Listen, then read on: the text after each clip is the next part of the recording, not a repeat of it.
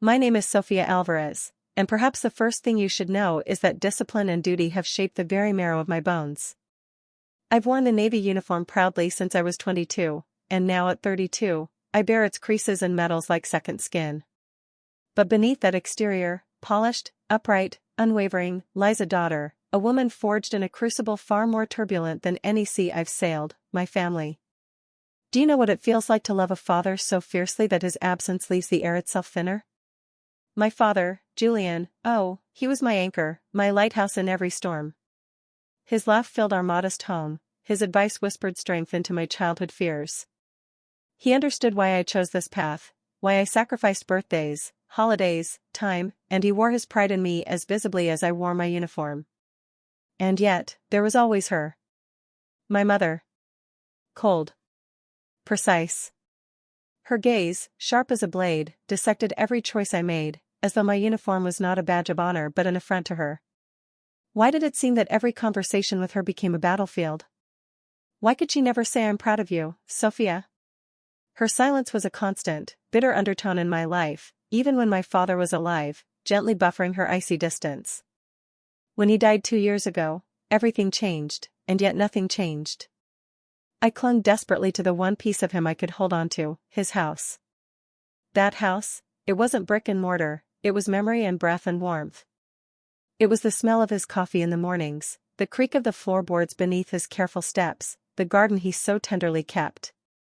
It was him. And though my mother still lived there, she knew, as did I, that the deed bore my name. I thought caring for her was the right thing to do. Duty, that unshakable word again. But have you ever felt duty morph into a burden so heavy it threatens to snap you in half? Every visit to that house was a tightrope walk. I would step through the door, and the air would thicken, her cold gaze stripping away my medals, my accomplishments, reducing me to a little girl once again, never good enough in her eyes. Did she resent me for being my father's daughter? For filling his absence with my uniform and my stubborn loyalty? Or was it something deeper, something I could never quite grasp no matter how many times I tried to bridge that chasm between us? The questions gnawed at me during endless nights at sea and quiet evenings at port, but they remained unanswered, locked tight behind her guarded heart. Sometimes, when I sat in the garden alone, the garden my father loved, I imagined him there beside me. I could almost feel the warmth of his hand on mine, hear him say, "You did good, Sophia, you're doing good." But then the back door would creak open, and her silhouette would break the spell, cold and silent, her presence as chilling as the wind. How long can a person carry such distance, such tension, before it breaks them? Before the weight of unspoken words and unmet expectations becomes too much? And what do you do when you realize that the very thing that should have united you, the loss of him, has only driven you further apart? That house became my sanctuary and my battlefield, all at once. Every photograph on the wall whispered his absence. Every piece of furniture, every crack in the tiles, every familiar scent, all of it kept me tethered to him, and yet painfully aware of her. Even now, as I sit here writing these words, I ask myself, is this duty? Is this love? Or is this simply a desperate attempt to hold on to something that was never really mine to save? I miss him. God, I miss him so much it hurts in places I can't name. And yet, I keep showing up. For the house. For her. For him. Is that courage? Or is it just habit masquerading as strength? I don't know anymore. When the deployment order arrived, a 6-month mission at sea, I didn't hesitate for a second. Duty called, and I answered, as I always did. But before boarding that ship, before surrendering myself to the vast and indifferent ocean, I returned to the house, his house. I walked through every corner, letting my fingers trail along the walls that had witnessed my childhood, my father's laughter, my quiet tears. I stood for a long moment in the garden where he had tended every flower as if it were a treasure. I inhaled deeply, desperate to trap that scent in my memory, damp earth, roses, the faint trace of his old cologne that seemed to linger there, stubbornly. And then there was my mother. Cold, impenetrable as ever. She followed me only to the front door. Not a hug. Not even a "be careful." Her parting words? A brief, almost obligatory nod, as if I were going off on some trivial errand rather than a dangerous mission that could stretch endlessly across oceans. Did she know how much that stung? How much I longed, just once, for a warm farewell? But I buried that ache, as I always had, and walked away without looking back, whispering a silent promise to that house, to him, I'll come back. I'll keep this place safe. I'll keep her safe. The sea became my companion in those months. The endless horizon, the salt air that stung my skin, the roar of waves against the hull, all of it numbed the space inside me where worry and longing lived. But even then, I waited. Do you know what it's like to wait for a call that never comes? Day after day, I checked my messages. I told myself that maybe today she would write. That maybe today I'd see her number flashing on the satellite phone console. But, nothing. Not a single call. Not a single message. Just silence. Crushing, deafening silence. My shipmates noticed. Are you okay, Sophia? They'd ask gently, when they saw me lingering alone after my shifts, staring at the sea as if it could bring answers. Maybe she's just not good at this, I'd say, forcing a laugh that never reached my eyes. It's just her way, you know how mothers can be. But deep down, did I? Did I really? How could a mother, even a cold and distant one, not reach out when her daughter was out there, at sea, exposed to danger, far from home? Sometimes, late at night, when the ship was quiet and the stars hung heavy above us, I'd let myself imagine what I wished for, a voicemail from her, maybe awkward but real. Sophia, I hope you're okay. I'm thinking of you. Even just that. Just a trace of care. Was that too much to ask? Was I naive to think she might change? To think that grief might soften her edges as it had hardened mine? But no, her silence was a wall, and it grew higher with every passing day. I pretended not to care. I threw myself into my duties with more fervor than ever. I earned the respect of my crew, I carried the weight of responsibility with pride, and yet every night, when I was finally alone in my bunk, the silence would wrap around me like a cold shroud. Why didn't she call? Why did she never call? I clung to excuses. Maybe she didn't know how to use the phone. Maybe she didn't want to interrupt me. Maybe. But in my heart, I knew. It wasn't about logistics. It was about distance, emotional distance, that no phone line could bridge. The distance that had always been there, since long before I wore this uniform. And so I endured those long months at sea, carrying the bitter knowledge that I was fighting not just the storms outside, but the one raging quietly within me. When you're out there, surrounded by endless water, you learn quickly that silence can be far more terrifying than any storm. Her silence was the loudest thing I heard. What would I find when I returned? Would she greet me with that same cold nod? Would she pretend these 6 months had passed like any other stretch of days? Or would the house, his house, feel even more empty, a monument to the absence of not just one parent, but two? I didn't know. But one thing I did know, deep in my chest where the ache never quite left me, when you wait for a call that never comes, you start to question not just the caller, but yourself. Had I been wrong all along? Had I fooled myself into believing that love, even a fractured one, could someday be repaired? The truth was as vast and dark as the ocean itself. And as the waves carried me further from shore, I feared the answer more than any storm on the horizon. When I stepped off that ship, the salt air clinging to my skin, I could barely contain myself. My pulse was pounding, not from the relief of surviving another deployment, but from a simple, stubborn need to go home. The word felt sacred in my chest. I barely saluted my superior, rushed to grab my duffel, and without a moment's hesitation, I hailed a taxi. The driver didn't need small talk. I simply murmured my father's address and sank into the seat, watching the familiar streets rush by as if they, too, were eager to welcome me back. But nothing could have prepared me for what awaited at the end of that drive. As we turned onto my street, my eyes darted toward the house that held every memory worth clinging to, the house that smelled of my father's after-shaven old wood, the house where I'd learned to dream and cry and become. But something felt off. My heart stuttered as I spotted a large sign hanging from the iron gate, for sale/new owners. The letters seemed to glow mockingly in the afternoon sun, bold and cruel. For a moment I couldn't move. Had I read it wrong? Could this be some mistake? The taxi driver cleared his throat gently, pulling me back into my body. I paid him blindly and stepped out, my boots crunching the gravel that felt somehow unfamiliar beneath my feet. The house, my house, looked polished, repainted. The white walls gleamed too perfectly, like a stranger in new clothes. The curtains were different. Even the flowers in the garden seemed deliberately chosen to erase any trace of my father's tender care. The fig tree he had planted was gone. Panic surged through me as I hurried to the front door, knocking, no, pounding, with a rising desperation. Seconds later, a woman opened the door, her polite smile fading when she saw my face, wild and flushed with confusion. "Excuse me," I managed to say, my voice cracking, "is my mother here?" The woman tilted her head slightly, a frown settling between her brows. "Your mother? I'm sorry. We bought this house 2 months ago." Directly from her. Who are you? Who am I? That question landed like a blow. Who was I if not the daughter of this house? If not the protector of this place, this sanctuary, this legacy? I swallowed hard, feeling my throat tighten, my vision blur. My knees threatened to give way beneath me.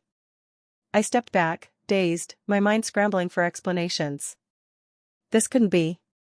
She couldn't have sold it. She knew. She knew this was my inheritance, not just in legal terms but in spirit, in memory, in love. Had she waited for me to leave so she could erase me as easily as she erased his garden? I stood on the sidewalk, my duffel bag at my feet, looking at the home I no longer recognized, a home that no longer recognized me. How could she? How could a mother betray her own daughter so completely, so deliberately? Not a letter, not a call, not a warning. Nothing. Was this her final punishment? Her ultimate cold silence? Was this how she chose to tell me that I didn't belong, not in her life, not even in the house where my father had once held me close and told me I would always have a place? The woman at the door gave me a few more uncertain glances before gently closing it, leaving me alone, utterly alone, on that street where every stone, every shadow, every crack in the pavement once felt like mine. But now it felt as if the ground had been pulled from beneath me. I had no keys. No home. No explanation. I sank onto the curb, burying my face in my hands. The tears came hot and fast, unstoppable. My uniform felt heavy on my shoulders, my medals like lead on my chest. All the duty, all the sacrifice, for what? To come home to nothing? To discover that even the very ground I thought was waiting for me had been sold, scrubbed clean of my existence? Where do you go when your home disappears without warning? When your only family betrays you in the deepest, most cutting way imaginable? I sat there for what felt like hours, as the sun dipped lower, casting long shadows across a house that was no longer mine. And through my tears, one question echoed over and over in my mind, one that I could not silence, no matter how tightly I clenched my fists. Was I ever truly wanted, or was I just tolerated until I left? That day, the word home lost all meaning. And for the first time in my life, I felt like I belonged nowhere, not even to the memories that I thought could never be taken from me. I ran. I ran like I hadn't since boot camp, fueled not by adrenaline but by a desperate, breathless urgency to find her, to demand answers, to make sense of the senseless betrayal that had ripped the ground from beneath my feet. The address I'd managed to obtain, through neighbors, through whispers, led me to a small, nondescript apartment in a shabby building that smelled of dust and stale air. My heart was pounding so loud it drowned out every other sound. When the door finally creaked open, there she was. My mother. Her hair pinned neatly as ever, her expression calm, almost indifferent, as though she'd been expecting me, not in fear or guilt, but in quiet contempt. Before I could even speak, before I could even let the storm inside me surge out in words, she fixed me with that familiar cold gaze and said flatly, "Don't call me mother in that tone." That tone. Can you imagine that? Standing before the woman who had sold your childhood, erased every trace of your father's love, ripped away your refuge, and her first reaction was to correct my tone. I staggered for a moment, as if the air itself had turned to ice around me, but then the words began to pour from her lips, slow and sharp like tiny blades. "I sold the house," she said, her voice devoid of remorse, as though announcing the weather. "I needed the money." My mouth opened to protest, to plead, to scream, but she cut me off with a shrug so casual it made me ache. "I had every right." I was the one who stayed behind. I was the one who took care of that place while you went off playing soldier, chasing your precious uniform. Every word hit like a punch to the gut. I felt myself shrinking, drowning in a wave of disbelief and sorrow. Did she really see my years of sacrifice, of service, as playing soldier? Did she really think my duty was a game? My hands were trembling, my throat raw with words I couldn't yet shape. And then she turned away. Just like that. No apology. No tears. No hesitation. As if the house had never meant anything. As if it was nothing but an asset, a line on a ledger, a burden to be unceremoniously discarded. The worst part wasn't even her cruelty, it was her coldness. No flicker of doubt in her eyes. No struggle. Not even a hint of guilt for having stripped me of my last connection to my father, for selling the walls that still held his scent, his shadow, his memory. I sat down across from her, my legs too weak to hold me. My entire body was shaking, but not from rage alone, it was a storm of sorrow, betrayal, helplessness, and grief that no uniform could shield me from. I searched her face for something, anything, softness, hesitation, regret, but found nothing but that same impassive mask she'd worn all my life.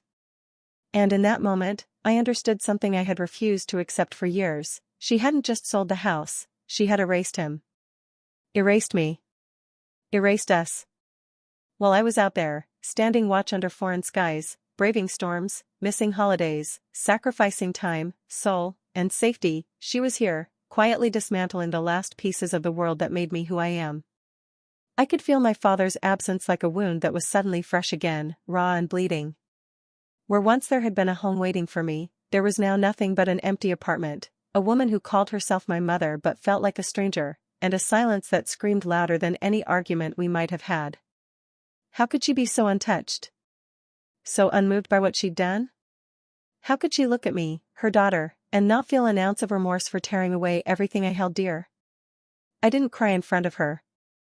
I wouldn't give her that satisfaction. But inside, I was unraveling.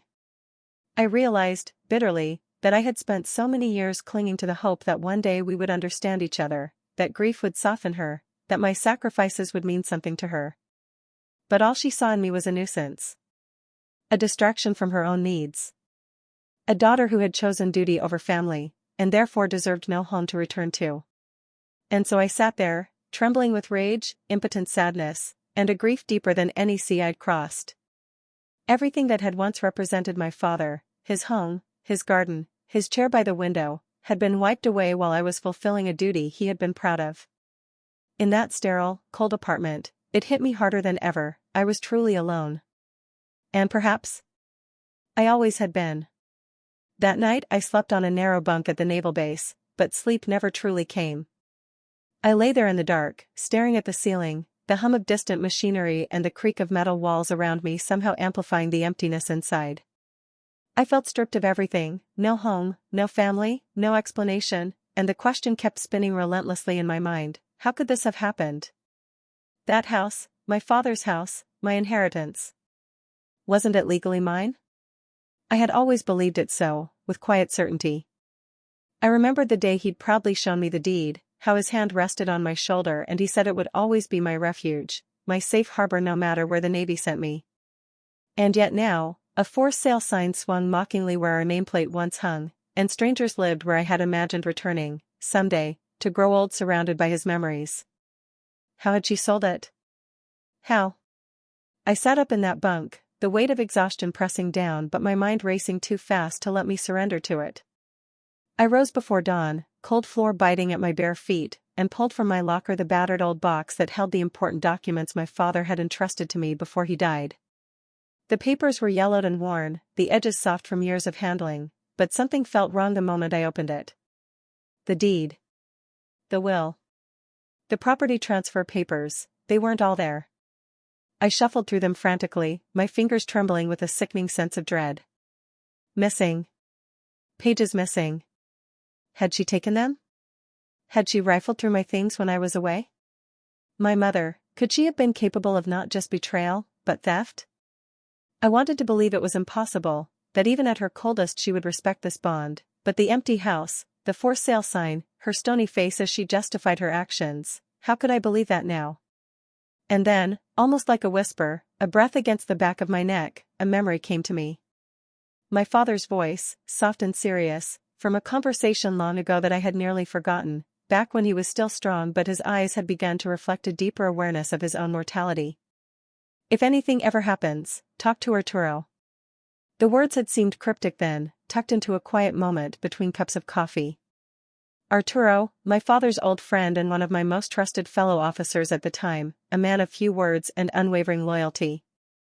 Why Arturo? What did my father entrust him with? I sat there in the dim light of the barracks, clutching the tattered box to my chest, and for the first time in days, I felt the faintest flicker of hope pulse beneath all the grief and betrayal. Maybe this wasn't the end. Maybe all was not yet lost. Maybe my father had foreseen what my mother would do, her coldness, her resentment, her bitterness, and had left behind a safeguard I had not yet uncovered. Could it be that Arturo knew something I didn't? That he held a key, figurative or literal, to unlocking what had gone so terribly wrong? That hope was fragile, almost painful in its fragility, but I clung to it like a drowning woman clings to a piece of driftwood. I rose quietly, glancing back at the bunk where I had spent the night without rest. I was exhausted. I was hurt in ways I couldn't name. I was grieving the loss of my home, my family, even my illusions about what a mother should be, but this glimmer, this question my father had left me with, gave me just enough strength to take a breath and move forward. Could Arturo hold the answers? Could he help me reclaim what was rightfully mine, not just the house, but the dignity that had been stripped from me piece by piece while I was out there, doing my duty? I didn't know. But I knew one thing, I would find out. I owed that much to my father, and to myself. I found Arturo at dawn, his weathered face framed by the soft light rising over the docks. I didn't hold back, my voice cracked, my eyes burned, and the tears I had tried so hard to contain spilled freely as I told him everything, the house, my mother, the cruel indifference, the missing papers, the strangers now living where my childhood once breathed. Arturo's expression changed the moment he saw me break. Gone was his usual stoic calm, in its place, something fierce and protective rose in his gaze, as if he had been waiting for this day, for this very moment. Without a word, he nodded and motioned for me to follow. He walked ahead with heavy, deliberate steps, leading me down to the old bench by the harbor where he and my father used to sit after long deployments. There, with the sea before us, that same sea I had crossed so many times, that same sea that had kept me far from home and unaware, Arturo finally spoke, his voice low but steady. Sofía, he began, your father, he suspected this would happen. Those words struck me like a cold wave. He suspected? How could he have known? My throat tightened, my mind racing, desperate to understand. Arturo went on, slowly, carefully, as if each word mattered more than the last. Weeks before he passed, your father called me.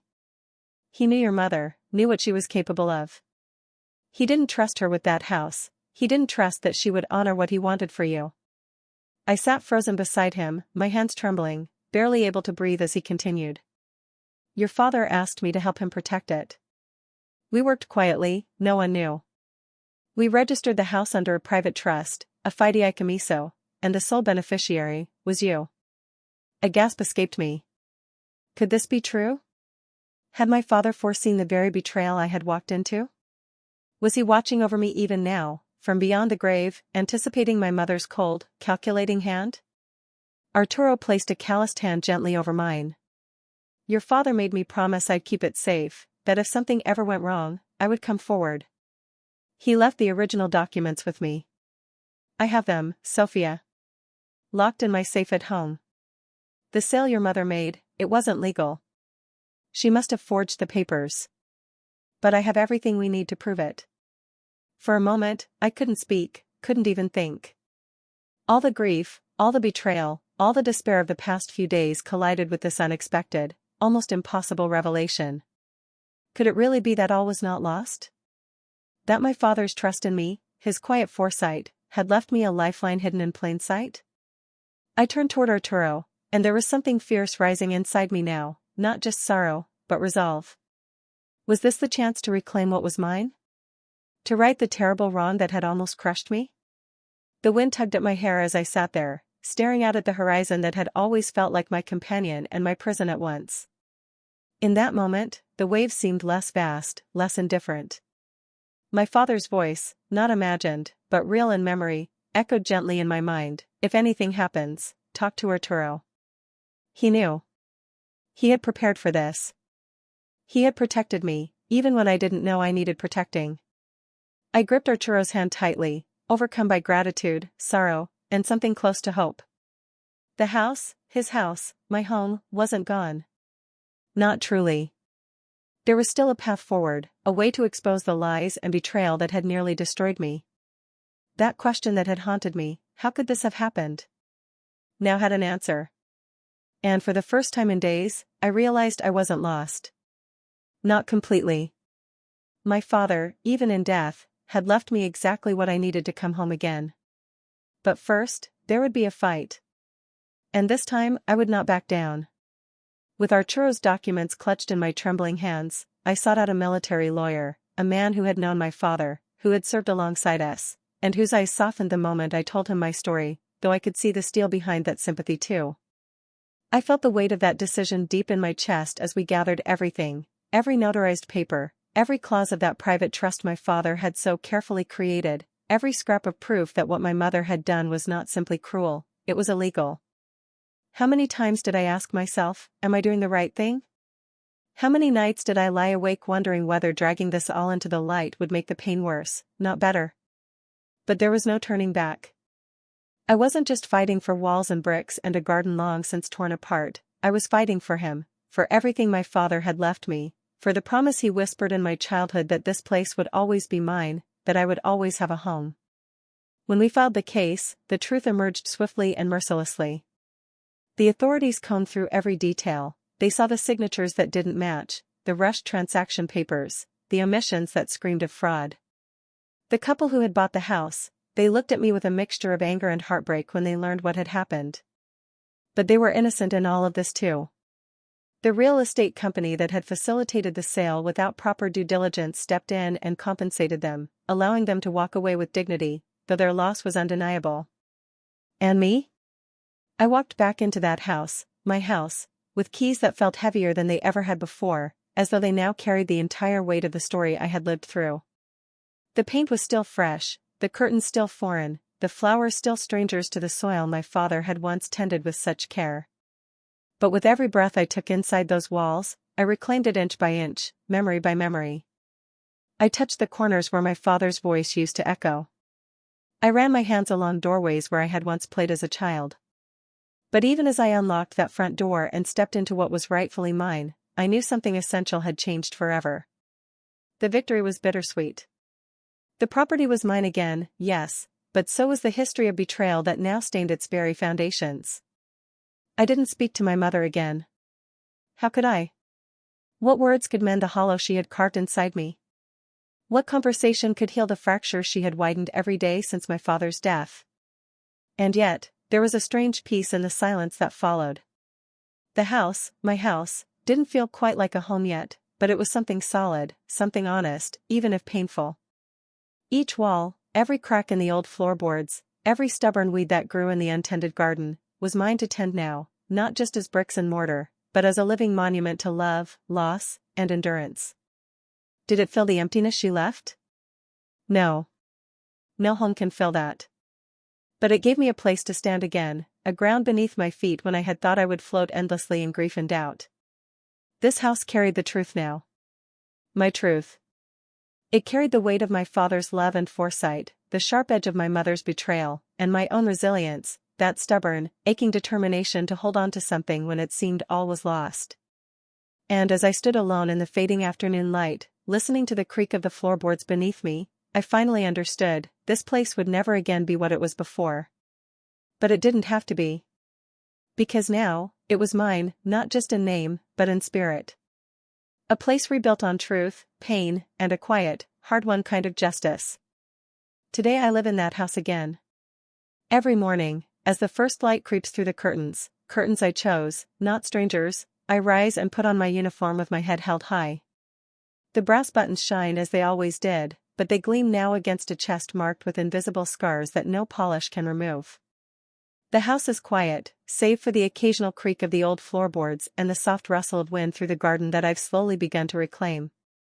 But no silence feels as heavy as the silence my mother left behind. Can one truly heal from a mother's betrayal? Some wounds go too deep, carving through your very sense of self, through the idea of home, through the fragile hope that even a difficult parent would ultimately protect what mattered most.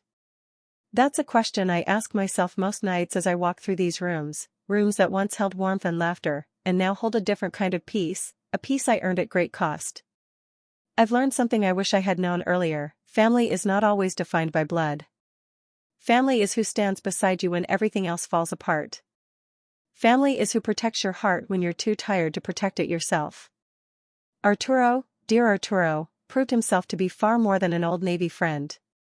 He became my brother in spirit, my guardian in the shadows of betrayal, a steady presence who never asked for thanks but deserved more gratitude than I can ever express. Without him, I would have been lost, not just without a house, but adrift without an anchor, without the last thread that tethered me to my father's love. And my father, oh, my father saw what I couldn't, what I refused to see even when it was right in front of me. He knew my mother's heart better than I ever did. He understood the coldness that I mistook for distance, the resentment that simmered beneath her silence. He loved me enough to prepare for the day she would strip me of everything, and he trusted Arturo enough to safeguard that love, quietly and patiently, until I was ready to see the truth. When I unlock the door each evening and step inside, it's more than just a house I'm coming home to. It's a testament. A testament to foresight, to loyalty, to friendship. To a kind of love that doesn't always come wrapped in tender words, but in actions that protect and preserve even when you don't realize you need protection. Yes, the house is mine now. But more importantly, so is my sense of worth. Rebuilding this place, restoring it room by room, tending again the garden where my father's memory lingers in every root and leaf, it's been an act of reclaiming myself. The pain is still there. Of course it is. I see it in the way I hesitate sometimes before unlocking the front door, in the way I pause at the threshold as if bracing for a ghost that no longer resides here. But it doesn't define me. Not anymore. Love and justice, they return even if late. Even if battered by storms. My father's love, Arturo's loyalty, my own courage, they outlasted betrayal. So here I stand, every morning in this house that breathes again because I refuse to let it go. My father's portrait hangs once more on the wall where it belongs. The garden blooms, slowly but surely, despite everything. And I, scarred but standing, continue to rise and serve, my heart both heavier and stronger than before. Because in the end, what matters most is not simply where you live, but what you learn about yourself when everything else is stripped away. And I have learned, painfully, beautifully, that real love, the kind that saves you, may come from unexpected places, but when it comes, it's worth everything. Sometimes I wake in the middle of the night, and I still can't believe it. I sit on the edge of this same bed that once stood in the corner of my childhood room, the same bed where I lay as a little girl trembling with nightmares, and I look around. The house is exactly as it was, my father's photos smiling down from the walls, the faded paint he brushed on himself still clinging stubbornly, the familiar creak of floorboards beneath my feet. Everything looks the same, and yet nothing feels the same. How could she do it? That question returns to me over and over, haunting the quiet hours when sleep won't come. My mother, the same woman who stood at this very door when I was a child, whose arms wrapped around me when I cried because I was afraid of the dark, how could she, without a flicker of hesitation, sell this home while I was far away, serving the country, honoring the very values she and my father once taught me to hold sacred? That's a knot I can never untangle in my chest, the ache that refuses to fade no matter how many mornings I rise and pull on this uniform, no matter how many times I remind myself that I survived worse storms at sea. It wasn't just the house I lost, it was her. It was the idea of mother itself. In the end, that's what devastated me most, not the betrayal of property, but the betrayal of love. I discovered that behind her cool distance there wasn't some quiet, misunderstood affection, there was something colder, darker, indifference. Or perhaps even resentment. And yet, here I am. Though it still hurts, I've learned to live with it. I've learned that some wounds never truly close, that some questions will remain unanswered no matter how many times you turn them over in your mind late at night. I've learned that family, that word we all hold so tightly, can sometimes be far more fragile than we wish it were. I've learned that even a mother can one day become a stranger. But I go on. I go on because this house, no matter what happened, stands once more as mine. Because this uniform, pressed and immaculate, reminds me each day that I am capable of sacrifice, of honor, of strength. Because this life I have chosen is proof that I am not defined by betrayal, but by how I stand in the face of it. I live with my scars exposed, yes, but I hold my head high. I don't forget. How could I? Every wall in this house whispers memories, every corner holds echoes of love and loss. But I don't let it stop me either. This house, this uniform, this life, they are all testament to the fact that I am more than what was done to me. And so, in the quiet hours when the shadows feel heaviest and that question rises again, how could she? I simply breathe, plant my feet on the ground, and remind myself. Even with an aching heart, I endure. Even burdened with the weight of all that was lost, I rise. Because in the end, my strength is not in forgetting, but in refusing to fall.